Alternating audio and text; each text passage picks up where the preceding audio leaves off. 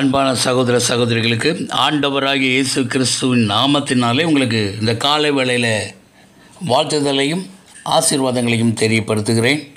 காலைதோறும் கர்த்தருடைய வார்த்தை என்ற இந்த பகுதியில் இன்றைக்கு தேவனாய் கர்த்தர் நமக்கு கொடுத்திருக்கிற வார்த்தை யோவான் புஸ்தகம் 4ஆம் அதிகாரம் 42ஆம் வசனம்.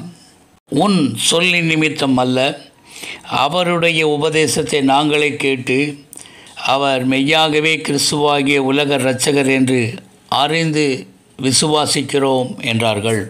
இயேசு கிறிஸ்து உலக இரட்சகராக இந்த பூமியிலே வெளிப்பட்டார்.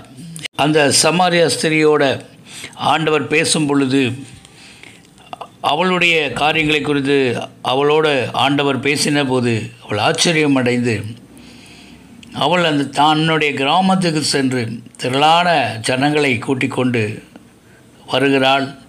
அங்கே அவரை வந்து பாருங்கள், அவர் கிறிஸ்து தானோ என்றாள். அந்த ஜனங்கள் அநேகர் அவரிடத்தில் வந்து அவர் மேல் விசுவாசம் உள்ளவர்கள் ஆனார்கள்.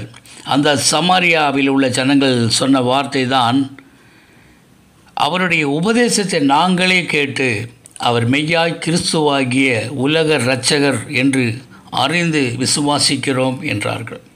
இன்றைக்கு நாமும் அவர் ஏன் பிறந்தார் என்றார், உலகத்தை இரட்சிக்கும்படியாக, உலக பாவத்தின் இருள் நீங்கும்படியாக, ஜனங்களை தேவன் இரட்சிக்கும்படியாக இந்த நாளிலே அவர் பிறந்தார். நாம் முதலாவது இயேசு கிறிஸ்துவை நாம் விசுவாசிக்க வேண்டும். இரண்டாவதாக அவர் வார்த்தைகளை நாம் விசுவாசிக்க வேண்டும். பின்பு அவர் செய்த செயல்களை விசுவாசிக்க வேண்டும்.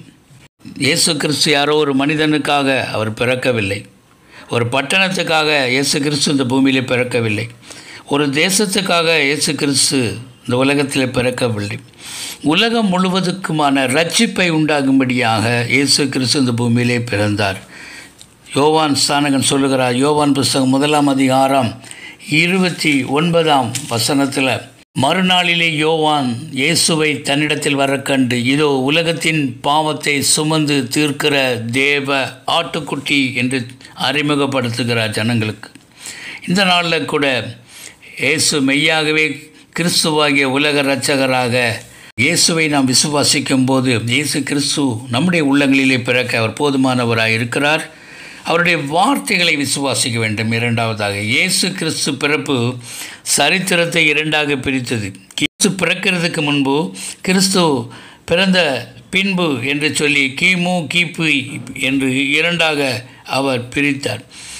அவருடைய சொன்ன வார்த்தைகளை நாம் விசுவாசிக்க வேண்டும். யோவான் 1:1 சொல்லுகிறது, ஆதியிலே வார்த்தை இருந்தது, அந்த வார்த்தை தேவனிடத்தில் இருந்தது, அந்த வார்த்தை தேவனாகவே இருந்தது என்று சொல்லுகிறதை நாம் பார்க்க முடியும். அந்த உலக இரட்சகர் தான் உலகத்தில் வந்து எந்த மனுஷனையும் பிரகாசிப்பிக்கிற ஒளியை, அந்த மெய்யான ஒளியாகிய இயேசு கிறிஸ்து. அந்த இயேசு கிறிஸ்து சொன்ன வார்த்தைகளை நாம் விசுவாசிக்க வேண்டும்.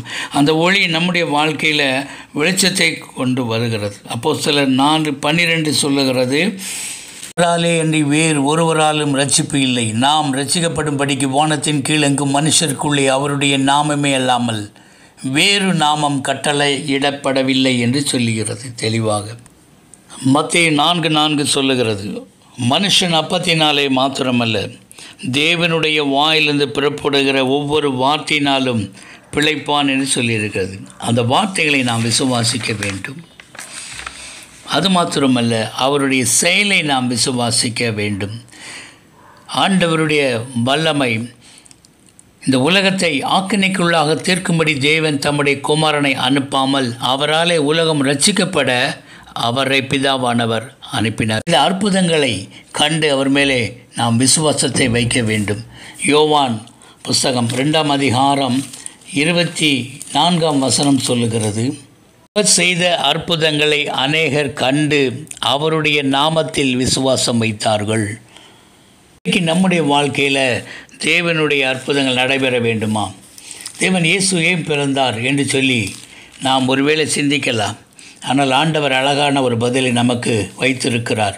அப்போஸ்தலர் 16:31 கர்த்தராகிய இயேசு கிறிஸ்துவை விசுவாசி, அப்பொழுது நீயும் முன் வீட்டாரும் ரட்சிக்கப்படுவீர்கள் என்று சொல்லி, இன்றைக்கு அருமையான நாளில் கூட இதை கேட்டுக்கொண்டிருக்கிற ஒவ்வொரு சகோதரனையும் சகோதரியும் ஆராய இயேசு ரட்சிக்க, மீட்டெடுக்க, பாவத்திலிருந்து, இருளிலிருந்து, வியாதியிலிருந்து, துன்பத்திலிருந்து, துயரத்திலிருந்து, போராட்டத்திலிருந்து, நிந்தைகளிலிருந்து, அவமானங்களிலிருந்து நம்மை மீட்டெடுத்து ரட்சித்து தேவனுடைய வல்லமை உள்ள கரத்துக்குள் நம்மை மூடிக்கொள்ள அவர் போதுமான தேவனாய் இருக்கிறார்.